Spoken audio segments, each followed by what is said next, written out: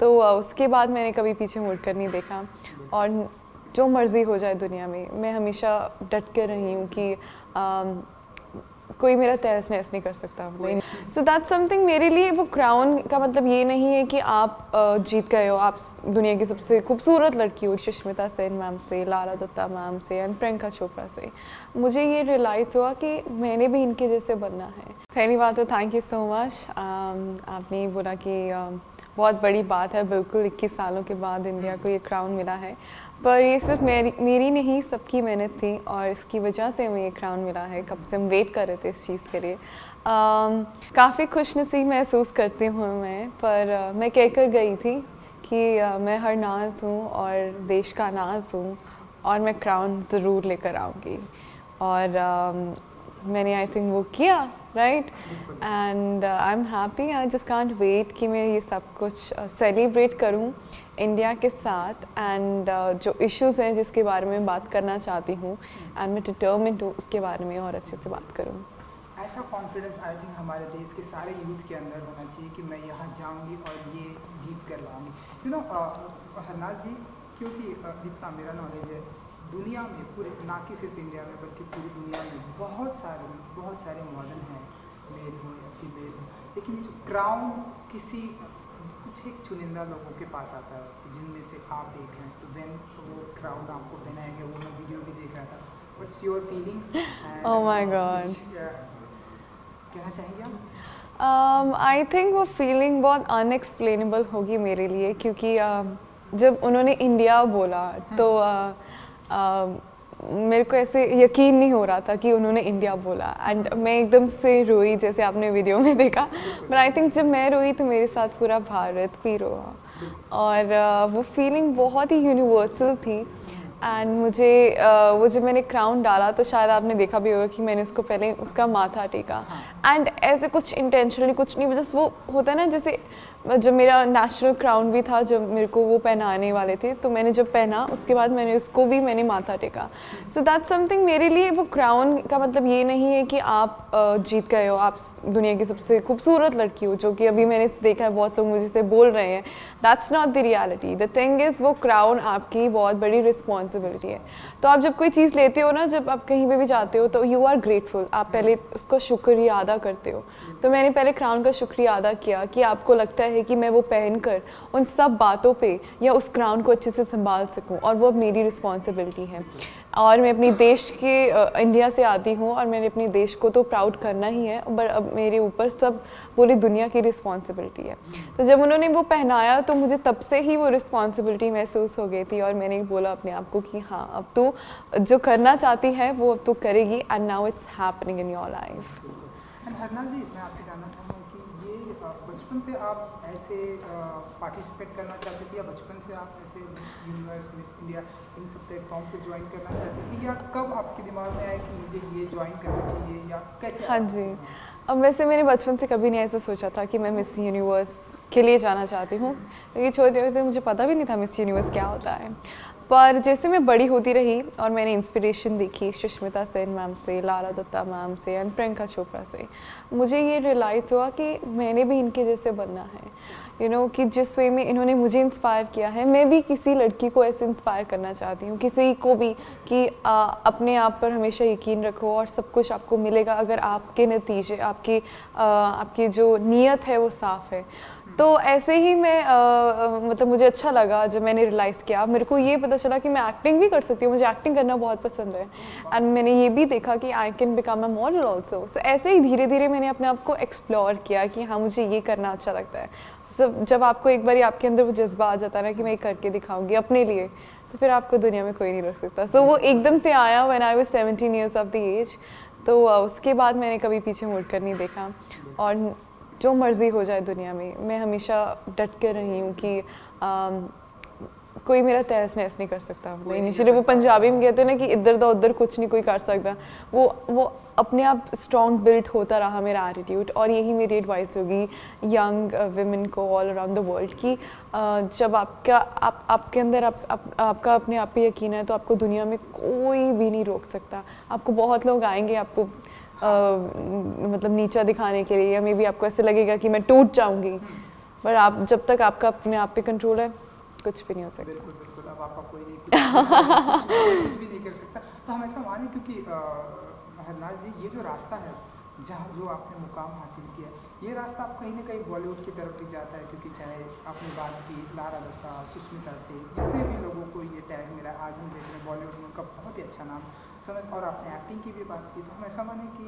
अब हरनाज जी जो है इसके बाद ये 1 साल तक का जो भी प्रोसेस है उसके बाद अब आप एक्टिंग में हम आपको देखेंगे ऐसे कुछ? Well, it's too soon to describe that how my future will look, to be honest, क्योंकि अभी कुछ भी नहीं पता है क्या होगा ज़िंदगी में। But being an actor, I am looking forward, जो भी होगा, let's hope for the best, to be honest. But acting हमेशा मेरा passion रहा है और मैं एक्टिंग के थ्रू लोगों को इंस्पायर करना चाहती हूँ, क्योंकि आज की दुनिया में सब एक्टिंग से बहुत इंटिमिडेटेड फील करते हैं, बहुत उनको ऐसा लगता है कि काश हम भी उस कैरेक्टर में होते, काश हम भी उस मूवी में होते। तो पता है हमें कैसे सबको इन्फ्लुएंस करना है, और अगर है वो कला तो आप उसको यूज़ करो सही ढंग में, एंड ये प्लेटफॉर्म से अपने दिल की भी सुनो और लोगों को इंस्पायर भी करो। So let's hope for the best. बिल्कुल बिल्कुल। सो आपका favourite actor? Shahrukh Khan. And female? Deepika Padukone. I think best Om Shanti Om duo मुझे काफ़ी अच्छा लगता है। Not only acting, it's not only about on screen वो कैसे हैं, बट ऑफ स्क्रीन भी वो कैसे हैं। मेरे लिए हमेशा आर्टिस्ट, मैं हमेशा जब आर्टिस्ट को देखती हूँ एज एन ऑडियंस और एज एन एक्टर, तो मैं उनको उस ढंग से देखती हूँ कि ऑन स्क्रीन ही नहीं ऑफ स्क्रीन भी वो कैसे हैं। तो उनका दोनों का जो एटीट्यूड है वो काफ़ी डाउन टू अर्थ रहा है, और जिस ढंग से उन्होंने अपने आप को क्रिएट किया है, अपना ऑरा, एंड हर चैलेंज को उन्होंने फेस किया है, आई थिंक वो हम सबको सीखना चाहिए। Sanjay Leela Bhansali, I love his work, I love the quality, जो वो मूवीज़ करते हैं वो मुझे बहुत ही, मतलब वो आई लव इट। वो होता है ना एक आर्ट को वो बहुत अच्छे में दिखाते हैं, एंड हर चीज़ की डिटेल्स देखते हैं। तो उनको ज़रूर बहुत टाइम लगता है मूवी बनाने का, बट वो वर्थ इट होती है। And every movie that I watched his movie, every movie, it's just the best till now. So no doubt he's my favorite. And favorite politician? Oh God, I think that is no favorite in that, to be honest. I'm sorry to say that, क्योंकि सबके opinions different होते हैं, and I think especially I would like to encourage the youth कि वो भी part लें इस चीज़ में, क्योंकि आप अपनी दुनिया का आप अपनी देश का भविष्य हो, तो आपको पता होना चाहिए आपके देश में क्या हो रहा है। तो आप बनो अपने यूथ आइकॉन, आप अपने आप बनो स्पीकर, क्योंकि हर इंसान बहुत अच्छा स्पीकर है, बस उसको ढूंढना है किसकी एबिलिटीज़ क्या है। हाल फिलहाल में कोई फिल्म आपने ऐसी देखी जो आपको बहुत ही इंस्पायर हो, क्योंकि आपको एक्टिंग पसंद है इसलिए, जो आपको बहुत ही इंस्पायर? आई थिंक जो मेरी फेवरेट मूवी अभी तक की रही वो मैरी कॉम है। द वे उन्होंने, क्योंकि मैं हमेशा विमेन एम्पावरमेंट पे बात करती हूँ, सिर्फ बात ही नहीं है, I have seen that closely, और मुझे पता है कि मैंने क्या ब्रेक करना है वो स्टेरियोटाइप। तो वो मैरी कॉम मुझे बहुत इंस्पायरिंग लगती है। दंगल भी है, बट वो होता है ना कि जैसे हर मूवी अपने आप में अच्छी है, दंगल अपने आप में मुझे बहुत अच्छी लगती है, और मैरी कॉम अपने आप में। तो जब भी वो गाना है ना, दिल ज़िद्दी है, आई थिंक वो हर इंसान में वो उसका दिल है वो ज़िद्दी, बस उसको ढूंढना है कि वो किस चीज़ के लिए ज़िद्दी है, और जब वो ज़िद पकड़ लेता है तो वही बात, कुछ नहीं, उसका कोई नहीं कुछ उखाड़ सकता। बिल्कुल, एंड जब वो ज़िद पकड़ लेता है तो हमारे सामने हरनाज प्रेजेंट होती हैं। सो क्योंकि आप चंडीगढ़ पंजाब से आती हैं हरनाज जी, इसलिए मैं आपसे जानना चाहूँगा कि आपको आपके स्टेट के लिए अगर कुछ करने का मौका मिला, लाइक चंडीगढ़ के लिए अगर आप जहाँ से आप आती हैं कुछ करने का मौका मिला, कुछ ऐसे बदलाव लाने का मौका मिला, तो वो क्या कुछ होगा जो आप चाहते हैं कि आपके गांव में, आपके होम टाउन में? Well definitely talking about the women empowerment, सिर्फ मेरी कम्युनिटी में ही नहीं, पूरी दुनिया में, क्योंकि I think right to education, right to work is important. उसके साथ साथ right to choose your own partners बहुत ज़रूरी है, और ये हमें उनको समझाना है इसका मतलब क्या है, क्योंकि सबको पता है कि हमारी लेजिस्लेशन पावर कंट्री की सबसे स्ट्रॉन्ग है, we have the lengthiest constitution, but हमें एग्जीक्यूट करने के लिए इंडिविजुअल्स को समझाना पड़ेगा। उसके बारे में मैं ज़रूर बात करूँगी, but let's be practical. Climate change के बारे में भी मैं बात करना चाहूँगी, क्योंकि आई थिंक वो बहुत ही ऑब्वियस है, उसको ये नहीं मैं कहूँगी कि ये एडवोकेसी है मेरी, क्योंकि वो हर इंसान की एडवोकेसी होनी चाहिए ऐसे। तो Chandigarh is a very clean and beautiful city.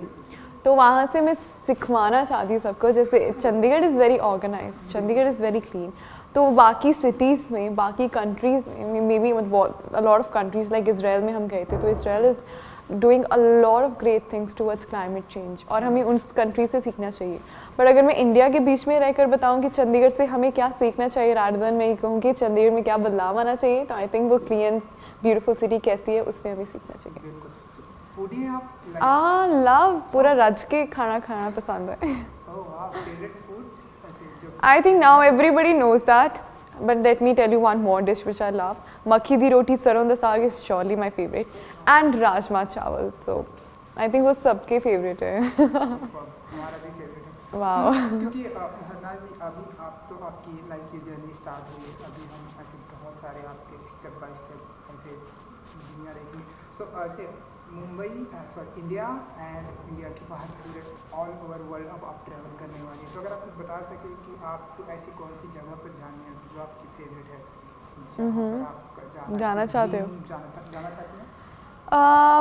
Israel मेरी एक ड्रीम डेस्टिनेशन थी। जहाँ पर आपने ग्राउंड जीता बिल्कुल इन द होली लैंड। तो थैंक गॉड मेरा वो फुलफिल हो गया। अपार्ट फ्रॉम पेरिस, जहाँ आई थिंक सब जाना चाहते हैं, मुझे अपना भारत भी बहुत पसंद है, so as a no offence, but मैं जापान ज़रूर जाना चाहती हूँ, क्योंकि उनकी जो टेक्नोलॉजी इतनी एडवांस्ड है एंड वो इतने फोकस्ड है वहाँ पर, you know they respect time, and I think time is timeless. तो वो मैं वहाँ पर जाके देखना चाहती हूँ कि वो कैसी टेक्निक्स यूज़ करते हैं, और उनसे कुछ सीख कर मैं उसको आगे ही आगे जिस कंट्री में जाती रहूँगी उससे कुछ सीख कर और नेक्स्ट कंट्री को पास करूँगी, उनसे कुछ सीख कर नेक्स्ट कंट्री को पास करूँगी। I think it's never enough, क्योंकि हर कंट्री से मुझे कुछ ना कुछ सीखने को मौका मिलेगा, और मौका मिले तो पूरी दुनिया घूमना चाहूँगी मैं।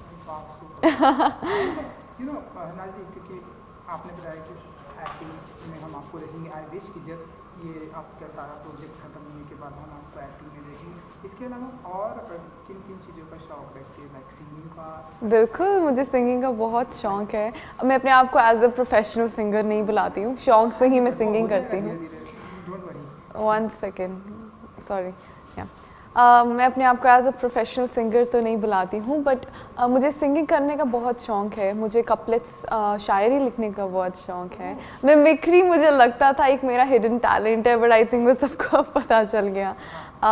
अपार्ट फ्रॉम दैट मुझे गार्डनिंग का भी बहुत शौक है, क्योंकि मेरे दादाजी फार्मर थे और मेरे मॉम को गार्डनिंग का, सो वो होता है ना कैसे आपको वहीं से आता है, तो मुझे नेचर के साथ भी रहना बहुत पसंद है। तो ये ऐसी छोटी छोटी चीज़ें हैं जो हरनाज को डिफाइन करती हैं। सुपर। किसी एक की मिमिक्री, किसी जो आप ज़रूर, हमेशा आप चाहते हो कि मैं किसी फेमस पर्सनालिटी की मिमिक्री करूं, तो आपको फिर वेट करना पड़ेगा जब तक मैं किसी की बायोपिक करूंगी। कब आपको ऐसा right, I think nervous is a very very natural feeling. कुछ गलत नहीं है अगर आप नर्वस फील करते हो, पर उसको ओवर पावर कैसे करना है वो बहुत ज़रूरी है, क्योंकि आखिर में इंसान वो ही सक्सेसफुल हो जो अपने इमोशंस को कंट्रोल कर सके।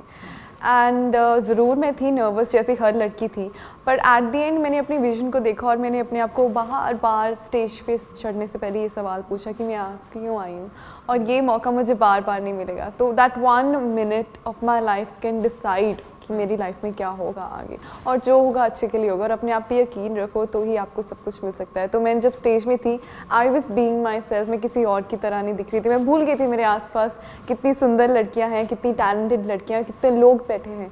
मैं बस अपने आप पे ध्यान दे रही थी। आई थिंक तभी आप जीत सकते हो अपने आप से। Super. Thank you so much. हमसे बात करने के लिए thank you so much. Thank you, thank you.